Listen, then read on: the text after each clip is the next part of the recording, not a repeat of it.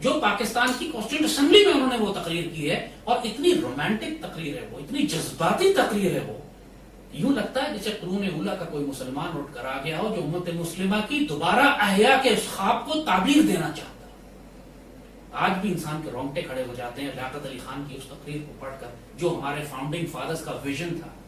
ہم تو objective resolution کو زیادہ سے زیادہ اپنے آئین کا حصہ بنا کر بھول گئے، لیکن وہ جو اس کے پیچھے wisdom of the law maker تھی، اس قانون ساز اسمبلی کے کو دینے والی جو حکمت تھی، جو وزڈم تھی جس کے تحت پاکستان بنایا گیا تھا، اس ساری تشریح کو جو لیاقت علی خان نے کی تھی، ہم نے اپنے تاریخ کے صفحات سے ایسا گم کیا کہ آنے والی نسلوں میں ہم نے ایسی غلام قوم پیدا کی کہ جو آج آزادی کے 70 سال بعد یہ سوال کر رہی ہے کہ ہم ہندوستان سے الگ ہی کیوں ہوئے تھے۔ یہ اس قوم کا المیہ ہے، جس قوم کو دنیا کی امامت دینے کے لیے آزاد کیا گیا تھا، آج وہ ایسی مغلوب گماں ہے، اپنے اسپیکولیشن اور ڈاؤٹ اور شک میں پڑی ہوئی ہے کہ آج وہ یہ اپنی ایگزسٹنس پہ، اپنی آزادی پر سوال کر رہی ہے کہ ہمارے بڑوں کی حکمت کیا تھی کہ ہم کو ہندوؤں کے جنگل سے نکال کر ایک الگ آزاد ملک دے دیا۔ وہ اس آزادی کو نہ قبول کرتی ہے، نہ اس کے نصیب میں، نہ شکر گزار ہے۔ اور جب یہ المیہ ہوتا ہے تو پھر آپ وہی ہوتا ہے جو آج آپ دیکھ رہے ہیں کہ تمام تر اللہ کی نعمتوں کے باوجود، ظاہری وسائل بھی، اخلاقی روحانی وسائل بھی، سب کچھ، نظریہ، عقیدہ، قرآن، سب کچھ ہونے کے باوجود یہ قوم پھر آج رسوا ہو رہی ہے۔ سر، تو اس ڈسکورس کی وجوہات آپ کیا دیکھتے ہیں؟ اس 70 سال میں ہم یہ نہیں سمجھ سکے، جو بات آپ نے کہی، یہ میسج ٹرانسفر نہیں ہوا جنریشنز کو، یا ان کو جان بوجھ کے اس راستے سے ہٹایا گیا، کیا وجوہات؟ دیکھیے، بات بہت واضح تھی کہ پاکستان بننے کے فوراً بعد یہ ملک یتیم ہو گیا تھا۔ 1948 میں قائد اعظم کا انتقال ہوا، 51 میں لیاقت علی خان شہید ہوئے۔ اس کے بعد سربراہی ان کو ملی جو شریک سفر تھے ہی نہیں، جو اس قافلے میں شریک ہی نہیں تھے، جنہوں نے جان، مال، عزت اور آبرو کی قربانیاں ہی نہیں دی تھی اس پاک سرزمین کو بنانے کے لیے۔ پھر وہ گدھ، وہ کوے، وہ مردار خور اس ملک پر حکمران بنے آ کر، کہ جو راضی تھے اس غلامی میں جو پچھلے کئی سو سال سے ان کے اوپر مسلط تھی۔ وہی انگریز کے نظام، وہی تعلیمی نظام، وہی زبان، وہی اینگلو سیکسن لا، وہی جوڈیشل سسٹم، وہی ڈیموکریسی، وہی مارشل لاز، وہی پولیٹیکل اکنامک ماڈل، جس کو غلام، قوم کو غلام بنانے کے لیے انگریز چھوڑ کر گیا تھا۔ اس کے بعد آنے والی نسلوں نے، پاکستان بننے کے بعد جو نسلیں آئیں، جنہوں نے پاکستان بنایا، اس کے بعد آنے والی 2-3 دہائیاں ایسی گزر گئیں کہ انہوں نے اپنے تمام بڑوں کی شہادتوں کو، قربانیوں کو، ان کے وعدوں کو، ان کی قسموں کو ایسا ترک کیا کہ جیسے استغفر اللہ تاریخ کے صفحات میں دفن کر دیا، کہ وہ آئندہ آنے والی نسلوں کے لیے کبھی رہنمائی کا ذریعہ نہیں بنی۔ علامہ اقبال کو دفن کر دیا گیا۔ آنے والی، یہ انڈین پرائم منسٹر نے آ کر ایوب خان سے یہ بات کہی تھی۔ انڈین پرائم منسٹر اس وقت شاستری تھا شاید، یا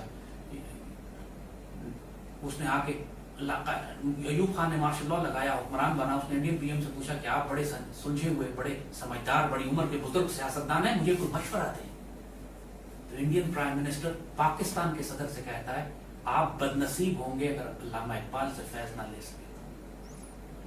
ایوب خان شوق میں چلے جاتے ہیں کہ آپ ہی مجھے کیا مشورہ دے رہے ہیں۔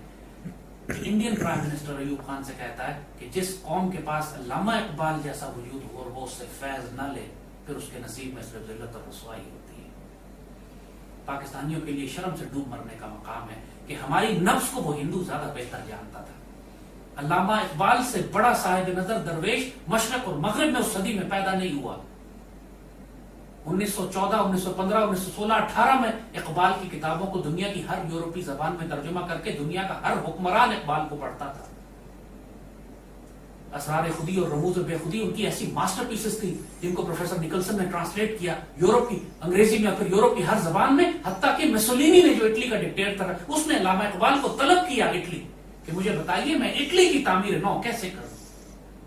اور علامہ اقبال نے جو مشورے اٹلی میں اس وقت دیے مسولینی کو، اس کی بنیاد پر مسولینی نے اٹلی کی تعمیر نو شروع کی، نئے شہر آباد کیے، نئے خون آباد کیا، نئے تعلیمی نظام بنایا۔ یہ سارے معاملات جس کے اوپر اٹلی آج آپ کو کھڑا نظر آتا ہے، علامہ اقبال کے لیے ہوئے۔ اور ہماری قوم کا المیہ یہ ہوا کہ خود قائد اعظم جو تسلیم کرتے ہیں اس بات کو، پاکستان بننے کے بعد قائد اعظم نے کھل کے کہا کہ ہر موومنٹ کے پیچھے ایک آئیڈیالوگ ہوتا ہے، ایک ویژنری ہوتا ہے، ایک فلاسفر ہوتا ہے. اور تحریک پاکستان کے پیچھے جو ویژنری، جو آئیڈیالوگ، جو فلاسفر تھے وہ علامہ اقبال تھے. اور آپ کو یاد ہوگا کہ 1940 میں قرارداد پاکستان کے بعد مطلوب حسین سید کے ساتھ علامہ اقبال کی قبر پر تشریف لائے اور اپنے سیکرٹری سے کہا کہ آج اگر قائد علامہ اقبال زندہ ہوتے تو کتنا خوش ہوتے کہ ہم نے ایگزیکٹلی وہی سب کچھ کیا جس کا آپ نے ہمیں حکم دیا تھا.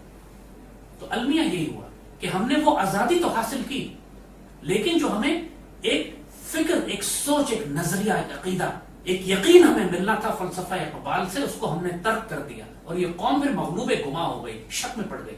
جس کو اقبال ہمیشہ کہتے تھے کہ یعنی یقین پیدا کرے غافل کے مغلوب گما تو ہے. یقین ہی نہیں پیدا ہوا اس قوم کو کہ ہم آزاد ہو چکے ہیں. یقین ہی نہیں پیدا ہوا اس قوم کو کہ اللہ نے ہم کو دنیا کی حکمرانی کے لیے پیدا کیا. یقین ہی نہیں پیدا ہوا اس قوم کے اندر، یا یقین پیدا نہیں کیا گیا اس قوم کے اندر کہ اللہ نے جو پاکستان بنایا یہ صرف خطہ زمین نہیں ہے، آنے والی صدیوں کی تقدیر تبدیل کی گئی ہے اور اس کی قیادت تمہیں دی جائے گی. آپ نے یہ اگلی آنے والی نسلوں کو یہ بتایا کب؟ آپ تو آج بھی وہی اس کو تعلیمی نظام، اسی نظام کے تحت تعلیم دے کے اس کی تربیت کر رہے ہیں کہ جو انگریز چھوڑ کر گیا تھا، جو میکولے کا نظام تھا. اور یہ بات تو مارٹن لوتھر کنگ نے یہ بات کہی تھی کہ سب سے بد نصیب اور بیوقوف قوم وہ ہے جو اپنے بچوں کو تعلیم اپنے دشمنوں سے دلوائے. اور ہم یہ کیا کر رہے ہیں؟ ہم نے اپنے لوگ، اپنا علامہ محمد اسد نے تو باقاعدہ لیاقت علی خان کو مشورہ دیا تھا یہ کہ پاکستان کے سارے اسکول 1 سال کے لیے بند کر دیں، مت تعلیم دے بچوں کو. ہم 1 سال میں نئے استاد تیار کریں گے، نئے تعلیمی نظام بنائیں گے، اور جب اسکول دوبارہ کھلیں گے تو ایک نئی مملکت کی بنیادیں اس روحانی نظریے پر قائم کریں گے جس پر اس کو ہم نے قائم کیا ہے. اس وقت کی بیوروکریسی نے، اس وقت کے حکمرانوں نے لیاقت علی خان کو یہ کرنے ہی نہیں دیا. وہی اور پھر محمد اسد کو یہاں سے نکال کر یورپ پوسٹ کر دیا، یونائیٹڈ نیشن میں پاکستان کے سفیر بنا دیا گیا ان کو، اور پیچھے ان کا ڈپارٹمنٹ آف اسلامک ریکنسٹرکشن نہ صرف بند کر دیا گیا بلکہ اس کی تمام ریسرچ کو آگ لگا دی گئی. باقاعدہ سازشیں ہوئی ہیں، اس طرح قائد اعظم کے خلاف سازشیں ہوئی، لیاقت علی خان کو سازش سے شہید کیا گیا، ہمارے نظریے کو بھی ایک سازش کے تحت دفن کیا گیا. یوتھ کو کس طرح لے کے آنا چاہیے لائن میں؟ لیکن ایک بات قوموں کو بہت اچھی طرح سمجھ لینی چاہیے کہ قومیں اپنے جغرافیے کی وجہ سے، اپنے اسلحے کی وجہ سے، اپنی اکانومی کی وجہ سے، اپنے میڈیا کی وجہ سے، اپنے سٹینڈرڈ آف لیونگ کی وجہ سے نہیں بنتی. قومیں نظریات اور آئیڈیالوجی کی وجہ سے بنتی ہیں، اپنی فلسفی آف لائف کی وجہ سے بنتی ہیں. اور ہر وہ قوم، جیسے ذکر کیا کہ جو اپنے نظریے اور اپنی آئیڈیالوجی کو ترک کر دیتی ہے، وہ تمام تر طاقت ہونے کے باوجود پھر غبار راہ بن جاتی ہے، خاک میں اڑا دی جاتی ہے. اور وہ اس ہندو نے جو مشورہ ہمارے ایوب خان کو دیا تھا کہ وہ قوم بڑی بد نصیب ہوگی کہ جس کے پاس علامہ اقبال جیسا ویژنری تھنکر اور آئیڈیالوگ موجود ہو اور وہ اس سے فیض نہ لے سکے. جس کو قائد اعظم نے کہا تھا کہ ہر قوم کے پیچھے، ہر تحریک کے پیچھے، ہر انقلاب کے پیچھے ایک فلاسفر ہوتا ہے، آئیڈیالوگ ہوتا ہے، ویژنری ہوتا ہے. اور ہماری تحریک کے پیچھے، تحریک پاکستان کے پیچھے وہ علامہ اقبال ہے. ہمارے پاس اور کوئی راستہ نہیں ہے، آپ کو اقبال کو زندہ کرنا پڑے گا. Iqbal must become the benchmark of creating a new nation. اگر آپ قوموں کی تعمیر میٹرو سے کرنا چاہتے ہیں، سی پیک سے کرنا چاہتے ہیں، ڈیمز بنا کے کرنا چاہتے ہیں، بیریا ٹاؤنز بنا کے کرنا چاہتے ہیں، انڈسٹریل ڈیولپمنٹ سے کرنا چاہتے ہیں، تو آپ دھوکہ کھا رہے ہیں. قوموں کی تعمیر اقبال سے ہوگی. آپ کو ایک نسل پیدا کرنی پڑے گی جس کو اقبال حفظ ہو، جو اقبال کے مرد مومن اور پراسرار بندے کی فزیکل پرسونیفیکیشن. اس نسل کو تعمیر کرنے کے لیے آپ کو اقبال کو زندہ کرنا ہے، ٹیکسٹ بکس سے لے کر آپ کے میڈیا تک، آپ کے پولیٹیکل، سوشل، اکنامک ماڈلز تک. اقبال 20ویں صدی کا گریٹسٹ تھنکر، فلاسفر اور آئیڈیالوگ ہے. اور اقبال نے جو پاکستان بنایا، جو اتنی بڑی کانٹیننٹ کو ڈیوائڈ کر کے ایک نیا ملک کریٹ کر دیا، جس ویژنری نے، جس تھنکر نے، اس نے پاکستان اپنی پوئٹری سے نہیں بنایا. وہ تو علامہ قائد اعظم اور ان کے درمیان ایک پولیٹیکل ڈسکورس ہوا، ایک آئیڈیا دیا، ایک ویژن دیا جس سے انہوں نے پاکستان کریٹ کر دیا. ان کی ساری پوئٹری اس نسل کے لیے تھی جس نے پاکستان بننے کے بعد آنا تھا، جس پر اقبال نے کہا تھا کہ اس قوم کی آئندہ آنے والی نسلیں میری مٹھی میں ہیں. اقبال کو معلوم تھا کہ اقبال ایک بہتے چشمے کی طرح ہے، وہ نیور ڈرائی اپ. اسی لیے اقبال نے اپنے آپ کو زندہ رود کہا تھا. زندہ رود کہتے ہیں ایک ایسا چشمہ جو ہمیشہ، لیونگ سٹریم، علامہ اقبال کے بیٹے جسٹس جاوید اقبال نے پھر جو کتاب بھی لکھی ہے اپنے والد کی سوائے حیات، اس کا نام زندہ رود رکھا ہے. The living stream which will never dry up، جس کا فیض کبھی ختم نہیں ہوگا، جس سے قومیں سیراب ہوں گی، نسلیں سیراب ہوں گی. تو یہ جب تک کہ ہم اللہ تعالیٰ کی اس وزڈم کو نہیں سمجھیں گے. There was a reason why Iqbal was sent. There was a reason why Pakistan was created. There is a reason why Qaid-e-Azam was sent. The uncorruptible and the unpurchasable. There was a reason why continent was divided. اور وہ reason آپ کو کلام اقبال میں ملے گا. اور جو قوم کلام اقبال سے فیض نہیں لے گی وہ بد نصیب ہوگی. ہمارا المیہ یہ ہے کہ ہمارے سارے حکمرانوں کو اکٹھا کر لیں، یہ اقبال کی 6 کتابوں کا نام نہیں بتا سکتے. اقبال کا فیض کیا اس قوم کو دیں گے؟ بد نصیب لوگ. اللہ نے اس ملک کی اتنی شاندار حکمرانی ان کو دی، چاہتے تو 2 جہانوں کی عزت ان کو نصیب ہوتی، لیکن ان پلیت اور ناپاک لوگوں کے نصیب میں عزت نہیں ہے. ان کے لیے صرف ذلت اور رسوائی ہے. یہ صرف استغفر اللہ رب العالمین. فکر و اگر خام تو آزادی اظہار، یہ مادر پدر آزاد تو ہو چکے ہیں، لیکن ان کی فکریں اتنی خام ہیں کہ یہ انسان نہیں حیوان بن چکے ہیں. یہ فرد کے ساتھ بھی یہی معاملہ ہے، ملت کے ساتھ بھی یہی معاملہ ہے. اس قوم کو زندہ کرنا ہے، اقبال کو پکڑیں، اس کے علاوہ کہیں سے فیض نہیں ہے. تھینک یو سو مچ. جو ہے